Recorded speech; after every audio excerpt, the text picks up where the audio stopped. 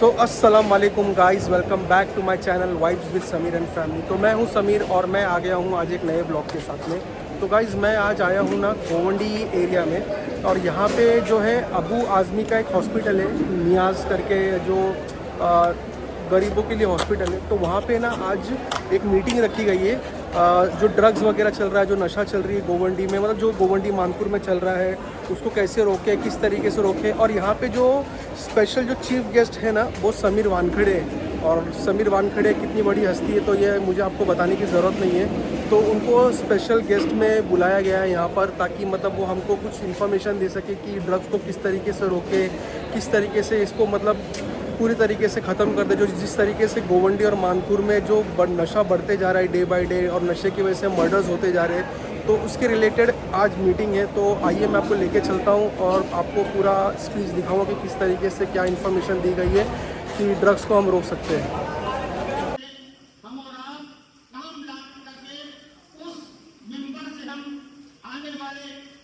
जो नशा करने वाले बच्चे हैं, उनके वालिदैन भी आते हैं, उनके भाई भी आते हैं, दोस्त अहबाब भी आते हैं, क्योंकि जब एक मस्जिद का इमाम कोई बात कहता है तो दिल पर असर करती है। और जो लोग इंजोर वाले हैं और जो लोग अपने तौर पर कोशिश, पुलिस को अच्छी तरीके से मालूम है, पुलिस को सब कुछ मालूम है कि नशा कौन से कुप्चे में, कौन सी गली में, कौन से सड़क पर, कौन से प्लाट में बिक रहा है। ये हम जाने ना जाने, मगर पुलिस महकमे को मैं कहना चाहूंगा कि हर जानिब की खबर रहती है। इसलिए मैं चाहूंगा हमारे हर अजीज एमएलए साहब इस चीज का यकीन हमें आज इंशाअल्लाह दिलाएंगे कि नशे का कारोबार करने वालों पर सबसे पहले पकड़ लगानी चाहिए कि नशे की खरीदो फरोख्त जहां से होती है, अगर नशा का सामान मिलना बंद होगा तो जो पीने वालों की तादाद है उस पर भी थोड़ा बहुत कदम लगेगा। और उसके बाद जो लोग इसमें गिरफ्तार हो चुके हैं, जो नशे के आदी हो गए हैं, माँ बाप की आंखें रो रो करके खुश हो गई हैं, उन नशा में डूबे हुए बच्चों के लिए क्या राय हमारे आदरणीय माननीय अबू आज़मी मालिक साहब अपनी जानिब से पेश करेंगे। मैं इन चंद बातों से रुखसत होना चाहता हूँ कि इंशाअल्लाह नबी अब मैं कोशिश करूंगा हर आने वाले जुमा को अपनी गोवंडी की मस्जिदों से कम 5 मिनट नशे के खिलाफ और नशे के बचाव के ताल्लुक से बयान जारी किया जाएगा। अस्सलाम वालेकुम रहमतुल्लाहि व बरकातहू। बहुत बहुत शुक्रिया आपने जो रोशनी डाली है। मेरे ख्याल से यहाँ कोई बाप होगा, कोई भाई होगा, माएँ बैठी हैं, कोई माँ होगी, कोई बहन होगी, तो सब हालात से आगाह हैं किस तरीके से इस पर काम करना है। जो कोशिश है उस पर भरपूर हमें गामजद रहना है। अब आइए, एक नाम मेरे पास आया है, रौनक अली रफी नगर के रहने वाले हैं।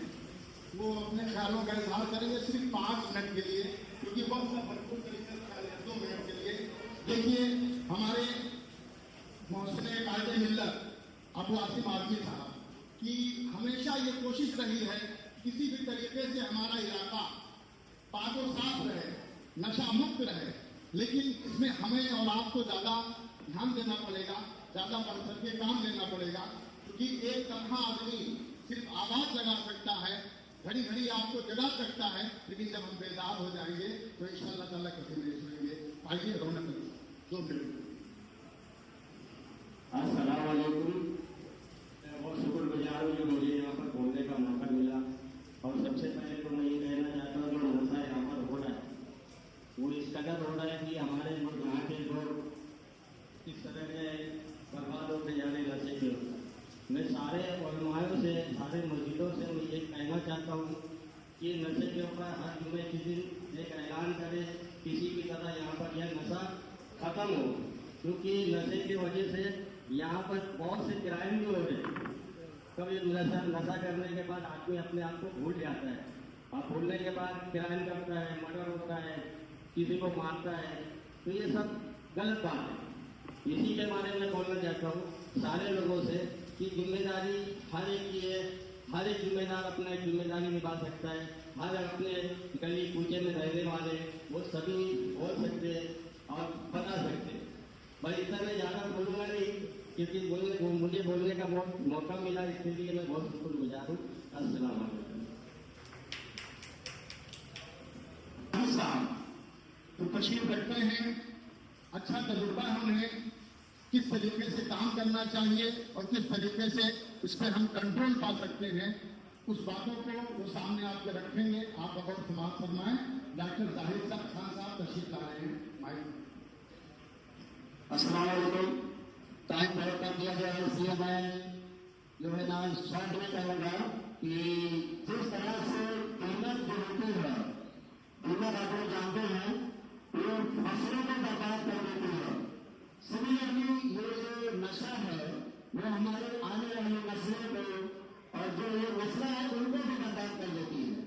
तो आप सब लोग नशे से खिलाफ जद्दोजहद करो। अब ये नहीं कि हमारा घर, हमारा खानदान, हम नहीं खा पी रहे हैं, हम नहीं उस कर रहे हैं, तो हमारा जो है मोहल्ला, हमारी गली, हमारे गोल्डी पूरी जो है पूरी बच गए। तो आप लोगों को सबको आगे आना है। आप लोग अवेयरनेस प्रोग्राम में हिस्सा लीजिए, सबको बताइए कि इसके दूसरे असर क्या है। नशा सिर्फ चरस, गांजा, ब्राउन शुगर या पूरे से पान तंबाकू नहीं, बल्कि आजकल नशा जो है मोबाइल भी है। आप अपने बच्चों को, खासकर छोटे किड्स जो है ना, उनको समझाइए, उनको मदद कीजिए कि मोबाइल से भी दूर रहें और बुरे सिगरेट, पान तंबाकू से भी। और जो फैमिली में बड़े पर्सन है, जैसे कि माँ बाप या बड़ा भाई, बीड़ी सिगरेट पान तंबाकू जो है ना बच्चों के सामने या घर एक तो खुद पीना ही नहीं चाहिए, और अन्य फसल अगर उनको लग लगे हुए तो बच्चों के सामने कभी ना पिए। क्योंकि आप बीड़ी सिगरेट पिएंगे और बच्चे लोग जो उम्मीद रखेंगे कि बच्चे ना पिए, तो ये तो कहाँ के इंसान हुआ।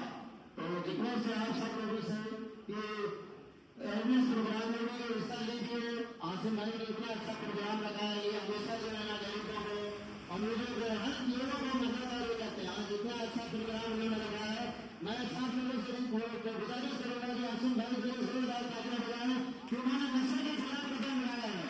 आज हमारे एसोसिएशन जो कि डॉक्टर मेडिकल एसोसिएशन, जिसमें 480 डॉक्टर्स हैं, मैं आप सब लोगों के साथ वादा करता हूँ कि सब डॉक्टरों को सामने जो है हम ये सर्कुलर भेजेंगे कि जितने भी पेशेंट हैं उनके माँ बाप को बुला करके नशे के खिलाफ, जैसे पान, बीड़ी, सिगरेट, तंबाकू, शराब, ये सब लोगों को मुझे असरात से बताए और सब लोगों को उससे वादा करें, बच्चों से, बूढ़ों से और ये सब लोगों से बचें और हम ये काम करें। नशा जो रहेगा ये हमारे नस्लों को कामयाब होने के लिए, पढ़ने लिखने या आगे प्रोफेशनल बनने के लिए भी मना करेगा। तो आप सब लोग रिक्वेस्ट है कि आए और उसका अध्ययन करें।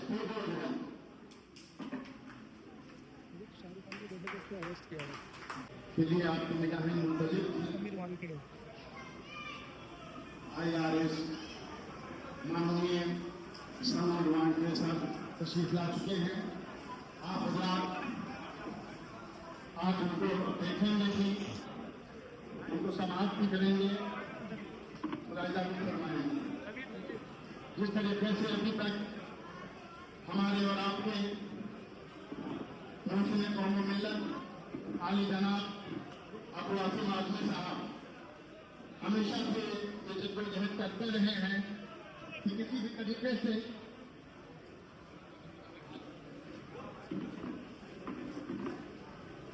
जिस तरीके से हमेशा जद्दोजहद करते रहे हैं और आप हजार का काम हासिल रहा उसमें। और मैं गुजारिश करूंगा जो हमारे पत्रकार भाई हैं थोड़ा पीछे रह करके आप अपनी पत्रकारिता करें, ताकि जो पीछे बैठे हुए हैं उन्हें देखने में कोई तरीके से परेशानी न हो। मैं गुजारिश करूंगा अपने पत्रकार भाइयों से थोड़ा सा आप लोग पीछे हो जाएं, साइड हो जाएं। जो सामने बैठे हुए हैं उन्हें भाई मेरा देखिए ग्लोबल के ऐसे बैठ जाओ, प्लीज जाओ, सिक्योरिटी लोग बाजू को पकड़ जाओ, जाओ सबको बैठ जाओ। मैं क्या बैठिए, आराम से बैठिए, सब लोग कोई खड़े मत रहो। सिर्फ मीडिया के लोग ठीक है, बैठो सब लोग। कितने लोग मैनेजमेंट कर रहे हो यार, सही चल रहा है, बता सकते हो।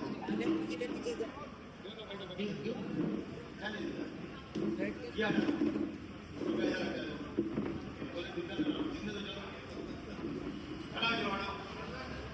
प्लीज सभी लोग बैठ जाए, कुर्सियां बहुत है, प्लीज प्लीज। अरे पार्टी के लोग सबको बिठाओ ना सबको।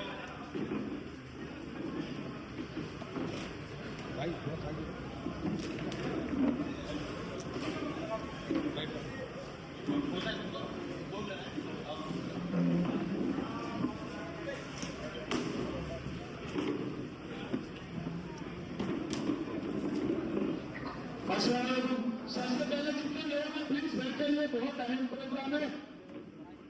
स्टेज पे बैठे इज्जत मात सारे रिश्तेदार सबको मेरा जय हिंद जय महाराष्ट्र। मैं आपको आज गवर्नमेंट से नशे का सुरक्षण इंशाअल्लाह कैसे नशा खत्म होगा मैं आपको बताऊंगा। जिम्मेदार यहाँ बैठा हुआ है, 2 मिनट का वक्त दिया, 2 मिनट में इंशाअल्लाह अपनी बात को खत्म करूंगा। इंडिया इकबाल से कौमा मिलत की बड़ा आइए मिलकर करें इंसानियत का बड़ा। हमारे बीच मस्जिद का दस्तान उम्मा इकराम बैठे हैं। हमारे कॉलोनी के अंदर 250 मस्जिद है, कई हजार मदरसे हैं। अल्हम्दुलिल्लाह अल्हम्दुलिल्लाह हमारे पास अल्लाह ने हमको जुमा का दिन दिया है और जुमा का दिन एक इज्तिमाई अमल है और मस्जिद हमारा इस्लामिक सेंटर है। तो अगर अफसोस हमने इसको मसलों में वादा रखा है। हमने इसका खिदमत खल्क में जो शराब कभी इस्तेमाल नहीं किया, सिर्फ मसलों में बांटकर ग्रुपों में बांटकर जिसको लगता है। आज 250 मस्जिदें मैं आपको बताना चाहता हूँ, 250 मस्जिदों में सारे मसले शिया सुन्नी अहले हदीस देवबंदी 3 जुमा उलमा इकराम कश्तियां यहाँ बैठे हैं। सिर्फ 3 जुमा एक ही बात है, नशे के ऊपर नशा लानत है, नशा हराम है, नशा नहीं करना चाहिए। और पूरे उलमा इकराम चौथे जुमा एक बड़ा प्रोटेस्ट है और सारे आवाम को घरों से निकाला। तो इंशाअल्लाह नशे के बेचने वाले प्रबंधी का दुनिया से बच जाएगा। मगर अफसोस बस मैं अपनी बात खत्म करता हूँ। ये 250 मस्जिदें, ये मस्जिदें एनजीओ है, सेंटर है, इसका इस्तेमाल करो। खुदा हाफिज, जय हिंद। जो हर मुद्दे पे खाली ये नहीं, नशा, साफ सफाई हो गई, एजुकेशन हो गया, या तो एमपीसी सर्टिफिकेट हो गई, हॉस्पिटलाइज हो गई, या तो एयर क्लीनिंग हो गई। देखो हर मुद्दे पे कब्रस्तान का इशू, हर मुद्दे पे अल्हम्दुलिल्लाह आशिम भाई काम कर रहे। नशा के लिए खास करके मैं तय दिल से शुक्रिया अदा करता हूँ समीर रामपेले साहब का जो आए हमारे बीच में। और माशाल्लाह इनसे एक ऐसी मोहब्बत है लोगों को जो हर माँ इनसे मोहब्बत करते हुए जिनका बेटा नशे में था और नफरत वो करता था जो नशा बेचता था, ऐसा इनको देख के भागता था। हर आर्टिकल पर आप लोग देखो कि हर आर्टिकल आता था, पेपर हो गया या न्यूज चैनल पे हो गया, खाली नहीं आता था समीर वानखेड़े साहब ने ये किए। मेरे भाई ये इंसान की कहानी उनकी पहचान है। अगर हमको बाउंड्री के अंदर अगर डेवलपमेंट करना है तो सबसे पहले एजुकेशन पर ध्यान देना। एजुकेशन के बाद इंशाल्लाह हर घर वाला अपना ये सोचे कि हमारे बच्चे को हम लोग ध्यान देना है। इंशाल्लाह बाउंड्री के अंदर से जरूर नशा खत्म होता है और खत्म हो रही बाउंड्री नहीं, पूरे मुंबई महाराष्ट्र पे हमको काम करना है। बैठ के जनाब अबू सिंह साहब पूरा महाराष्ट्र पे काम कर रहे। इंशाल्लाह एकजुट होकर एक ताकत होकर इंशाल्लाह हम मिलकर बाउंड्री का डेवलपमेंट करेंगे और इसके लिए कुछ करेंगे। और मैं वापस से तो शुक्रिया अदा करता हूँ समीर वानखेड़े सरकार, उनकी बातों को सुनने के लिए आप लोग बैठे। इसके लिए मैं चंद बातों में अपनी बात खत्म करता हूँ। जय हिंद, जय महाराष्ट्र। हमारे बीच मेहमान बनकर आए समीर वानखेड़े साहब, जो बहुत ही सिंसियर ऑफिसर है। देखिए हम लोगों को आपने बहुत सुना है, काफी बार सुना है और हर लेवल पे काम करते हुए दिखा है, चाहे हम सब नगर सेवक हो या अगला समाजी साहब। कुछ वक्त पहले समीर साहब से मेरी बड़ी तफसील में बात हुई थी और वो बखूबी जानते हैं कि गवर्नमेंट 20 साल पहले क्या था और अब क्या है। लेकिन सिर्फ नेता जो कर सकता है मैं समझती हूँ कि वो आसिम आदमी साहब ने प्रस्तुति किया है इस बंदी के लिए। लेकिन जहां तक नशे की बात है, और मुझे बड़ी खुशी हुई कि अपने एसएमएस साहब ने एक बार फोन किया समीर साहब को कि सर ऐसी ऐसी मैं मीटिंग लगाने वाला हूँ कि आप आएंगे। तो मैंने देखा समीर साहब ने तुरंत हाँ कहा। यह उनका बड़प्पन है, उनके लिए ताली बजाइए। देखिए, कोई भी जो ऑफिसर होता है वो जल्दी से पॉलिटिकल मीटिंग में नहीं आते, लेकिन उनको भी पता है कि आप नशा हर जगह है और वो आपको बहुत अच्छे से बताएंगे। बहुत हाई फाई जगह भी है, लेकिन सिर्फ हमारा गवर्नमेंट में वोटों की राजनीति करने के लिए हमारे लोगों को बदनाम किया जा रहा है। जब 20 साल पहले यहाँ पानी नहीं था, उस टाइम पानी पे काम हुआ। जब सड़कें नहीं थी तो सड़कों पे काम हुआ। सर शौचालय नहीं तो 200 शौचालय, 210 शौचालय सिर्फ हमारे विधानसभा में बनाए गए। मतलब हर जगह पे काम हुआ।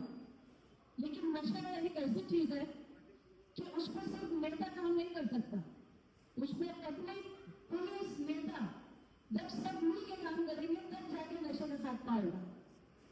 लेकिन मैं देखती हूँ कहीं ना कहीं पब्लिक अपनी जिम्मेदारियों से हटती है, सिर्फ नेताओं को ब्लेम करके छोड़ देती है। देखिए 100% नेता करप्टेड नहीं होते, 100% पुलिस करप्टेड नहीं होती, लेकिन आप लोगों को भी कदम से कदम मिला के साथ देना चाहिए। जब हम कहते हैं कि भाई आपके इलाके में अगर कोई गलत बात हो रही है, कोई गलत एक्टिविटी हो रही है, तो उसका इंफॉर्मेशन आप हमको नहीं देंगे तो कौन बताएगा? हम नहीं कहते कि आप हमारे साथ मोर्चा करने में चलो, लेकिन हम चिट्ठी में नाम और नंबर लिख के एड्रेस लिख के बात कर सकते हो शांति से। हम आपका नाम नहीं बताएंगे। आदिवासी साहब ने बार बार ये बात कही है और सबने बताया कि ये मीटिंग कोई आम मीटिंग नहीं है। यहाँ जितने लोग बैठे हुए हैं ये सब जिम्मेदार मस्जिद के, एनजीओ के और जो लोकल एरिया के जिम्मेदार सिर्फ ऐसे लोगों को सामने बुलाया है जो अपनी जिम्मेदारी है, मुझे लगता है यहाँ से जाने के बाद बहुत अच्छे से निभाई है। हमने करने की कोशिश की, बड़ी से बड़ी रैली की सभा, हर चीज में, पुलिस स्टेशन में, मीटिंग में, डीसीपी सबको मिला के रखा है प्रेस के सामने कि मेरे इलाके में नशे वाली खबर नहीं आनी चाहिए। लेकिन कहीं ना कहीं अपोजिशन जो होती है वो हमारी तारीफ तो करेगा नहीं, और उसके पास कोई और मुद्दा है नहीं, उसके पास सिर्फ यही होता है। अगर वो अच्छे लोग होते तो इस पर काम करते, लेकिन वो काम नहीं कर रहे, खाली खामियां गिनाने में लगे हुए।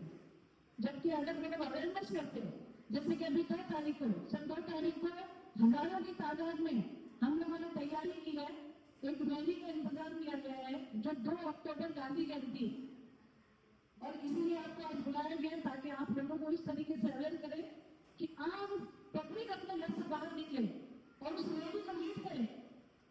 जब घर घर से लोग निकलेंगे तो यकीन जानिए वो रैली एकदम कामयाब होगी और इसका अच्छा असर होगा। और मैं मेरे वार्ड की बात करूँ सर, तो मेरे वार्ड में हम लोग हमेशा जाते हैं तो कहते हैं कि जो महिलाएं वो बहुत बड़ा रोल इसमें अदा कर सकती है। हमारे यहाँ क्या होता है सर, जहाँ शौचालय होते वहां छुप के नशे बेचते भी है, पीते भी। तो अगर महिलाएं और थोड़े से पुरुष अपने अपने इलाके में सब जागरूक हो जाए, और बेनर अगर के पास ऐसा हथियार है, अगर 2 पीने वाले, 4 बेचने वाले लोग और 50-100 की तादाद में आम जनता बाहर निकल जाए वेतन लेके, तो यकीन जानिए आपके इलाके में ना कोई बेचेगा ना कोई खरीदेगा। ऐसा कोई तो एक मजबूत स्टेप हम सबको मिलकर उठाना पड़ेगा। अगर आप भी उठा सकते तो आप लोग हमें बुलाइए, सबसे आगे हम लोग खड़े रहेंगे। ये सारी बातों में हम लोग काम कर रहे हैं, लेकिन आज समीर साहब आए, मुझे अपना एक्सपीरियंस बताएंगे, क्योंकि उनसे अच्छा एक्सपीरियंस कोई शेयर नहीं कर सकता आप लोगों के साथ। बस इसी तरीके से हम लोग काम कर रहे हैं, आपका साथ चाहते हैं, सपोर्ट चाहते हैं, साथ में सर का भी। अगर सर के पास टाइम हो तो 2 तारीख को भी सर जरूर आइए, क्योंकि आपका नाम सुनकर, आपको देखने के लिए, आपको सुनने के लिए और भी बहुत सारे लोग आते हैं। बारिश ने थोड़ा सा काम और खराब कर दिया सर। Thank you.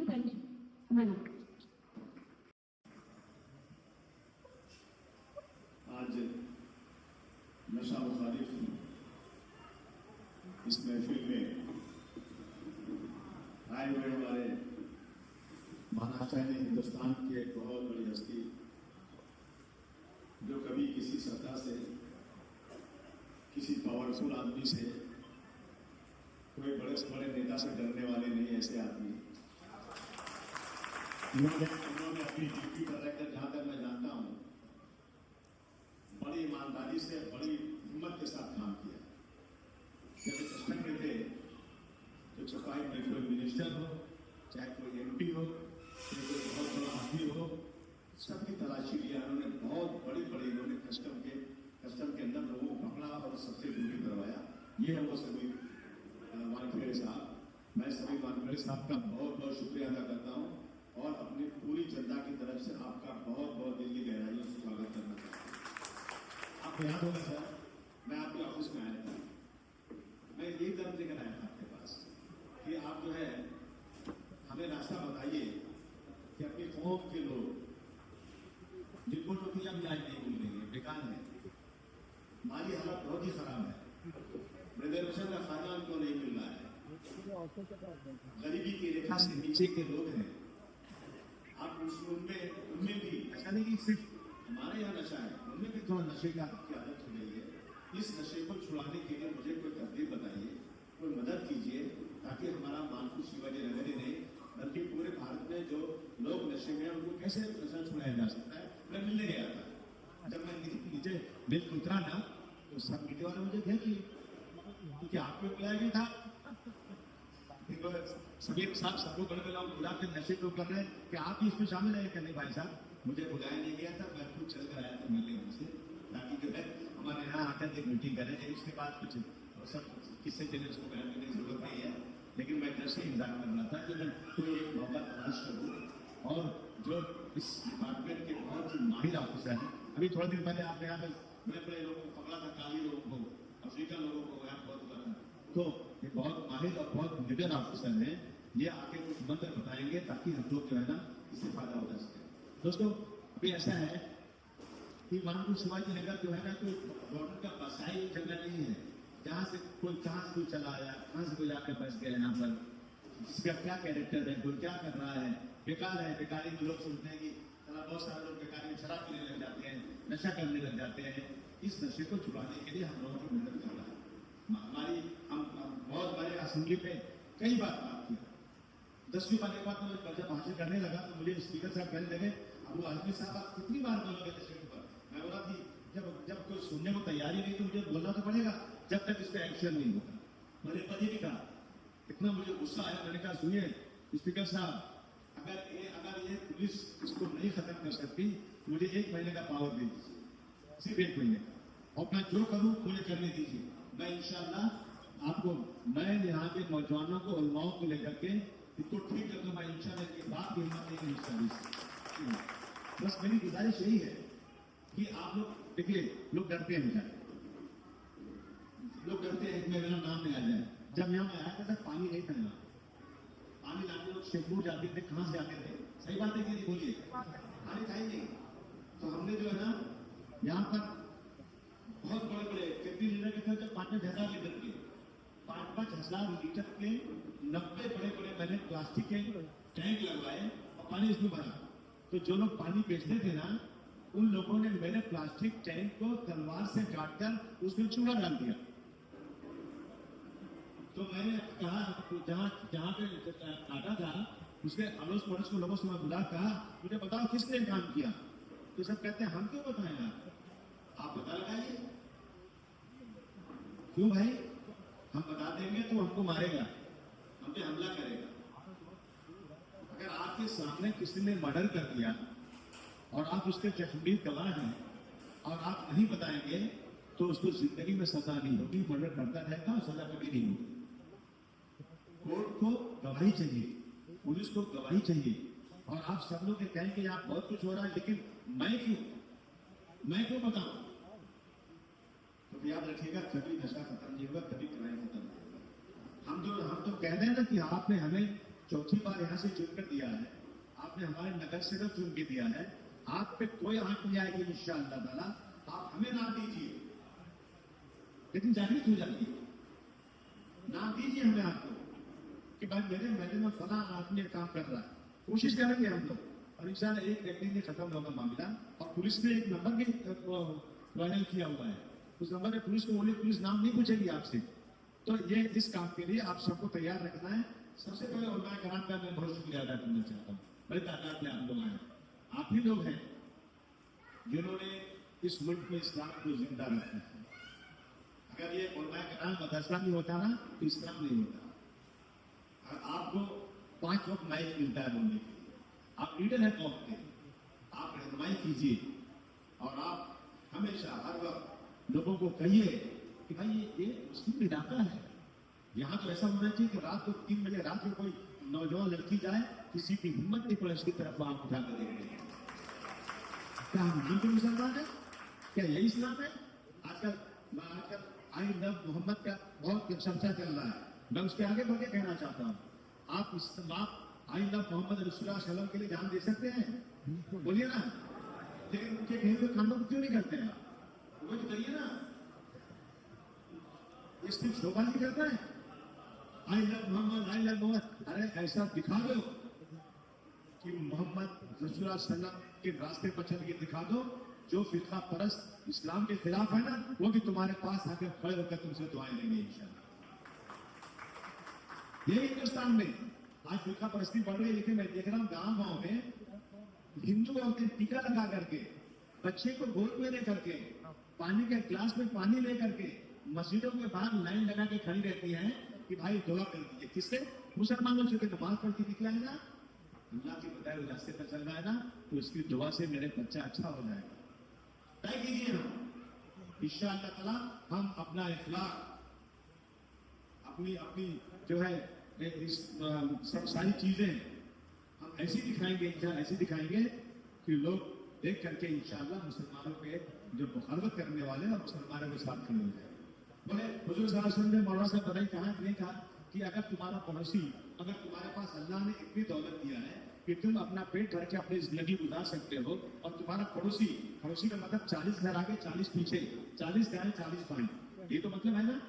अगर तुम्हारा पड़ोसी भूखा है, तकलीफ में है और तुम बड़े शान की जिंदगी गुजार रहे हो, तो तुमको गुनाह नहीं हो। ऐसा नहीं कहा कि तुम मुसलमान ही नहीं हो, कहा कि नहीं कहा? किसने कहा? ये रसूलुल्लाह ने कहा कि अगर तुमने पड़ोसी का ख्याल नहीं किया तो तुम मुसलमान ही नहीं हो। पड़ोसी कौन?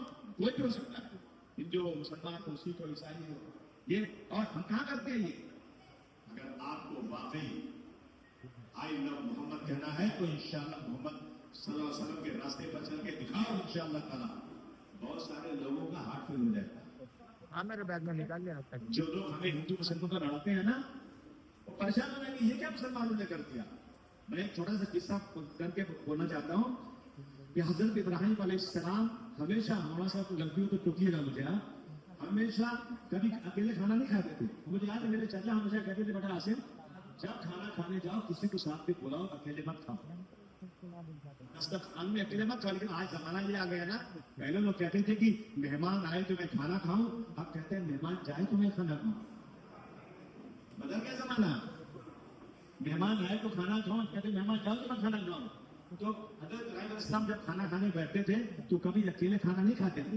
एक दिन इत्तेफाक से कोई आदमी नहीं था और उन्होंने खाना खाने आए तो उन्होंने दरवाजा खोला, राहगीर जा रहा था, उसको बुलाया, आओ आओ भाई आओ, खाना खाया? बोले नहीं, आओ मेरे साथ खाना खा लो। बोला ठीक है साहब, खाता हूँ। आए बैठ गया कहते, तो उसे उन्होंने पूछ दिया कि तुमने बिस्मिल्लाह हमारी नहीं पढ़ा कि नहीं पढ़ा? क्योंकि हर मुसलमान जब भी कोई काम शुरू करता है तो अल्लाह के नाम से शुरू करता है।